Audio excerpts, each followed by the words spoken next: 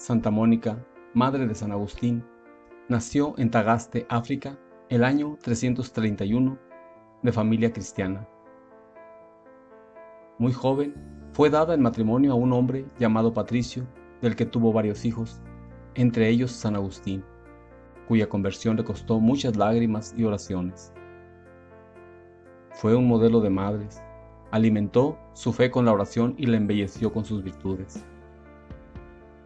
Murió en Ostia el año 387. Sus padres encomendaron la formación de sus hijas a una mujer muy religiosa y estricta en disciplina. Ella no las dejaba tomar bebidas entre horas, aunque aquellas tierras son de clima muy caliente, pues les decía: ahora, cada vez que tengan sed, van a tomar bebidas para calmarla, y después que sean mayores y tengan las llaves de la pieza donde está el vino, tomarán licor y esto les hará mucho daño.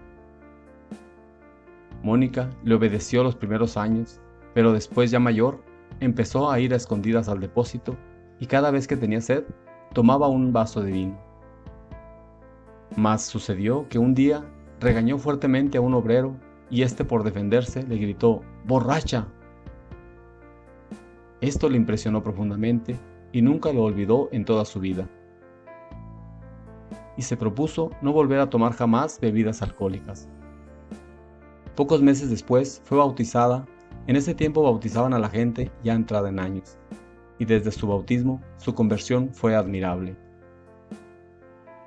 Ella deseaba dedicarse a la vida de oración y de soledad, pero sus padres dispusieron que tenía que esposarse con un hombre llamado Patricio.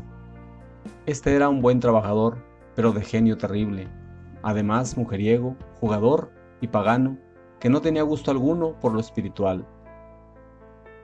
La hizo sufrir muchísimo y por 30 años ella tuvo que aguantar sus estallidos de ira, ya que gritaba por el menor disgusto, pero éste jamás se atrevió a levantar su mano contra ella.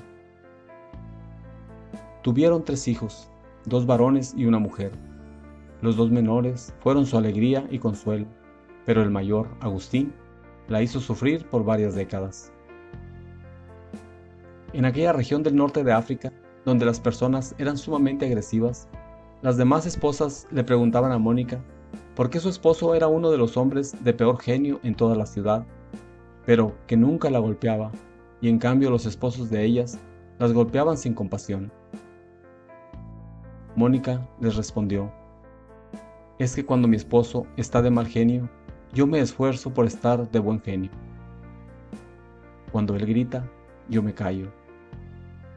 Y como para pelear se necesitan 2, y yo no acepto entrar en pelea, pues no peleamos.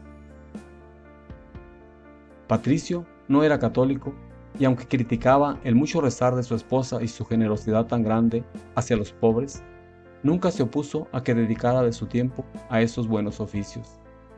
Y quizás el ejemplo de vida de su esposa logró su conversión. Mónica rezaba y ofrecía sacrificios por su esposo, y al fin alcanzó de Dios la gracia de que en el año de 371 Patricio se hiciera bautizar, y que lo mismo hiciera su suegra, mujer terriblemente colérica, que por meterse demasiado en el hogar de su nuera, le había amargado grandemente la vida a la pobre Mónica. Un año después de su bautizo, Patricio murió, dejando a la pobre viuda con el problema de su hijo mayor. Patricio y Mónica se habían dado cuenta de que Agustín era extraordinariamente inteligente, y por eso decidieron enviarle a la capital del estado, a Cartago, a estudiar filosofía, literatura y oratoria. Pero a Patricio en aquella época solo le interesaba que Agustín sobresaliera en los estudios, fuera reconocido y celebrado socialmente y sobresaliese en los ejercicios físicos. Nada le importaba la vida espiritual o la falta de ella de su hijo y Agustín. Ni corto ni perezoso, fue alejándose cada vez más de la fe y cayendo en mayores y peores pecados y errores. Cuando murió su padre, Agustín tenía 17 años y empezaron a llegarle a Mónica noticias cada vez más preocupantes del comportamiento de su hijo. En una enfermedad, ante el temor a la muerte, se hizo instruir acerca de la religión y propuso hacerse católico, pero al ser sanado de la enfermedad, abandonó su propósito de hacerlo. Adoptó las creencias y prácticas de la secta maniquea, que afirmaban que el mundo no lo había hecho Dios, sino el diablo.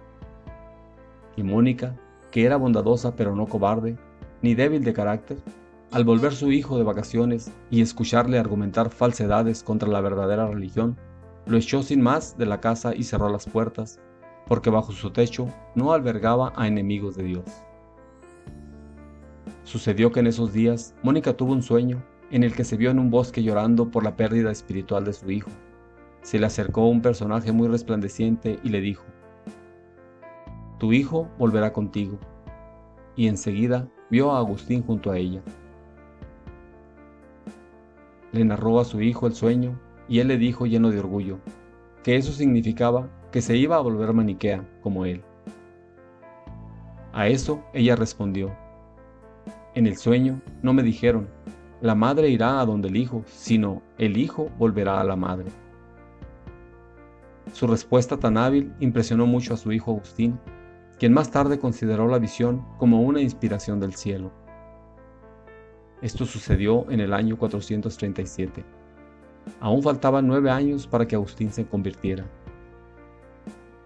En cierta ocasión, Mónica contó a un obispo que llevaba años y años rezando, ofreciendo sacrificios y haciendo rezar a sacerdotes y amigos por la conversión de Agustín. El obispo le respondió: «Esté tranquila, es imposible que se pierda el hijo de tantas lágrimas».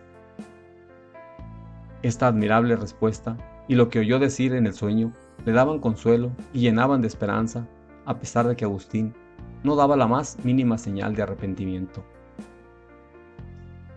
A los 29 años, Agustín decide irse a Roma a dar clases. Ya era todo un maestro.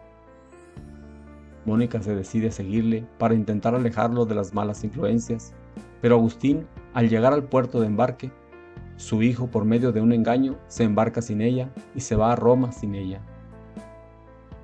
Pero Mónica, no dejándose derrotar tan fácilmente, toma otro barco y va tras él. En Milán, Mónica conoce al santo más famoso de la época en Italia, el célebre San Ambrosio, arzobispo de la ciudad. En él encontró un verdadero padre, lleno de bondad y sabiduría, que le impartió sabios consejos. Además de Mónica, San Ambrosio también tuvo un gran impacto sobre Agustín, a quien atrajo inicialmente por su gran conocimiento y poderosa personalidad. Poco a poco comenzó a operarse un cambio notable en Agustín. Escuchaba con gran atención y respeto a San Ambrosio. Desarrolló por él un profundo cariño y abrió finalmente su mente y corazón a las verdades de la fe católica. En el año 387 ocurrió la conversión de Agustín. Se hizo instruir en la religión y en las fiestas de Pascua de Resurrección de ese año se hizo bautizar. Agustín, ya convertido, dispuso volver con su madre y su hermano a su tierra en África y se fueron al puerto de Ostia a esperar el barco. Pero Mónica ya había conseguido todo lo que anhelaba en esta vida, que era ver la conversión de su hijo. Ya podía morir tranquila. Y sucedió que estando ahí en una casa junto al mar, mientras madre e hijo admiraban el cielo estrellado y platicaban sobre las alegrías venideras cuando llegaran al cielo, Mónica exclamó entusiasmada: «¿Y a mí qué más me amarra a la tierra? Ya he obtenido de Dios mi gran deseo, el verte cristiano». Poco después le invadió una fiebre que en pocos días se agravó y le ocasionaron la muerte. Murió a los 55 años de edad en el año del 387. A lo largo de los siglos, miles han encomendado a Santa Mónica a sus familiares más queridos y han conseguido conversiones admirables. Dios te bendiga.